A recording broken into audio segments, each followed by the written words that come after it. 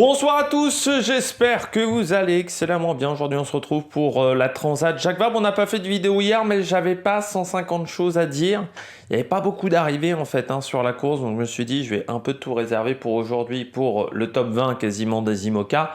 Et puis on parlera également de ce qui se passe du côté des classes 40. On parlera un petit peu de ce qui s'est passé dans les 2 derniers jours avec 3 routes différentes, les nordistes, les sudistes et un centriste. Le centriste qui est en tête de la course pour le moment. N'hésitez pas à vous abonner à la chaîne, à réagir dans les commentaires, à mettre un pouce bleu, à partager la vidéo sur les réseaux sociaux, notamment auprès de vos proches. Je pensais que ça peut les intéresser. Dans les commentaires, n'hésitez pas à me dire qui vous a plu, qui vous a déçu. EPS 2.0, c'est sur les plateformes de podcast, Amazon, Deezer, Spotify, Google, TikTok. Le débrief des compétitions que je peux voir en direct. Et on commence tout de suite avec la situation du côté des IMOCA. On a eu des arrivées ce matin, on a eu des arrivées hier également. On a maintenant le top 10 qui est complété. Donc VNB est 8e avec Maxime Sorel et Christopher Pratt. Clarisse Kremer, Alan Roberts ont fini 9e en 13 jours de course. Devant Benjamin Dutreux et Corotin Euro qui complètent ce top 10. Belle performance de Guyot Environnement Water Family qui a fini devant Prismian Group, Giancarlo Pedotte et Gaston Morvan qui n'ont pas bien fini. C'est vrai, les 2-3 derniers jours, ils étaient vraiment côte à côte avant le dernier jour à côté de Benjamin Dutreux. Et puis ils se sont pris 45-50 000 d'un coup en faisant une mauvaise stratégie en termes de trajectoire. Et ça a beaucoup mieux marché pour Benjamin Dutreux et Corotin Oro. On a Medalia avec Pip Air et Nick Bubb qui a fait comme une belle course parce que je rappelle qu'elle a eu une pénalité de 5 heures comme Louis Burton. Bien fini quand même beaucoup mieux, on va dire, enfin un peu mieux que Louis Burton. Et puis Benjamin Ferret qui prend la 13e place, Benjamin Ferret, Pierre Leroy, qui sont les premiers dériveurs, les premiers bateaux à dérive de la course devant Louis Duc, avec Five Group, Lantana Environnement, qui est 2e dans cette catégorie. Puis là, en ce moment, on a Groupe Apécile qui est en train d'arriver, qui a fait également une belle course parce qu'il va rentrer dans le top 15. Alors, je rappelle qu'il avait eu une situation qui était vraiment pas évidente. Et puis derrière, on a la course entre Bureau Vallée, avec également Romain Athanasio, là c'est très serré, c'est à vue. Et puis vous avez également Groupe Dubreuil qui devra arriver, donc on ne saurait pas encore dans quel ordre.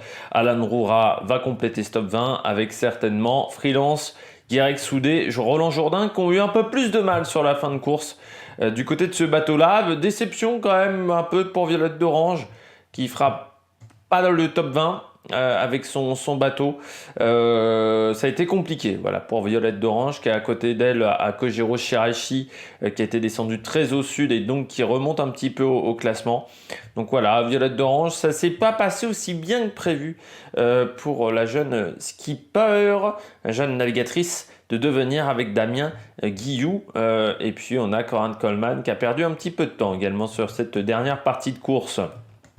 On remonte un petit peu au nord pour voir que Emma CSF est à moins de 850 000 nautiques de l'arrivée et surtout elle va avoir 2 bateaux, Xinjiang Chu et notre ami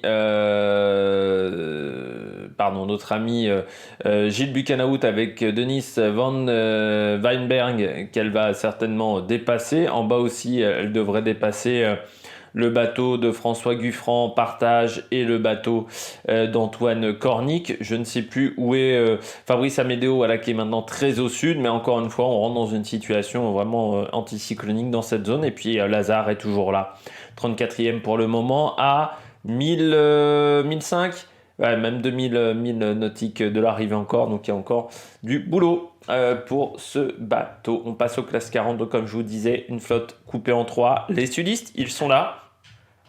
Le centriste, il est là. Et les nordistes qui sont tout là-haut. Le centriste, eh bien, c'est Xavier Maquet et Pierre Le Boucher sur Groupe SNEF qui ont décidé de prendre cette voie-là. C'est la voie la plus courte en termes de kilométrage. Par contre, c'est la voie où vous êtes dans du vent extrêmement faible. Le problème, c'est que comme on rentre dans une situation anticyclonique, j'ai envie de vous dire qu'à côté, il n'y a pas beaucoup plus de vent. Que ça soit sur la voie sud, avec Alagrande Pirelli qui est à 8 nœuds 6 contre 5 nœuds, je crois, 5. Donc, comme il y a 106 000 nautiques d'écart, ça ne va pas suffire pour revenir. Et puis, surtout qu'il reste 325 000 maintenant de l'arrivée pour le groupe SNEF. Donc, il reste plus grand-chose à faire.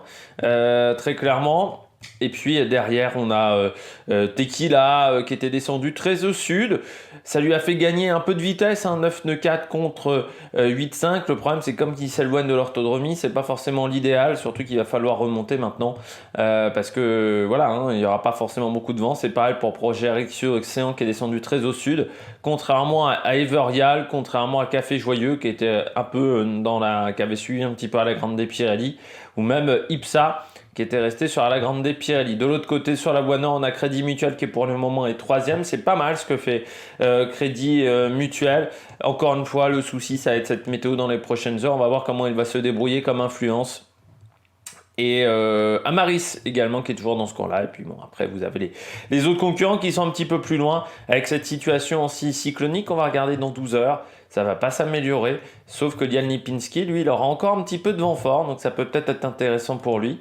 Mais bon, voilà, cette voie nord va peut-être se rapprocher. Mais est-ce qu'il ira suffisamment vite pour rattraper Groupe SNEF? Ça, c'est la grande question. Et dans la voie sud, on voit que on va un peu se planter, hein, je pense que c'est pas la solution la meilleure dans les heures à venir, que ça va être un peu compliqué si on regarde dans 45 heures. Oui, ça sera. Il n'y a que dans 45 heures, ils retrouveront un peu de vent, sauf que dans la voie nord, il y aura aussi beaucoup de vent. Donc ça risque d'être un petit peu compliqué pour ces bateaux-là. On va voir si l'option Xavier Macaire va marcher par rapport à l'option Lipinski Antoine Carpentier, en rappelant encore une fois que c'est pour le gain de cette deuxième étape. Hein, pour Crédit Mutuel, vu que ce bateau a pris 35 heures de pénalité vu qu'il n'avait pas fini la première étape. On regarde le top 10 de cette deuxième étape pour le moment. Groupe SNEF en tête devant la Grande des Pirelli, Crédit Mutuel 3e, Ipsa 4e, Everial 5e, Tequila 6, Café Joyeux 7, Interinvest 8.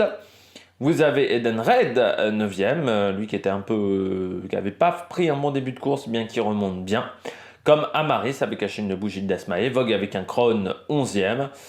Et puis la boulangère bio, hein, le premier duo féminin qui est 14e.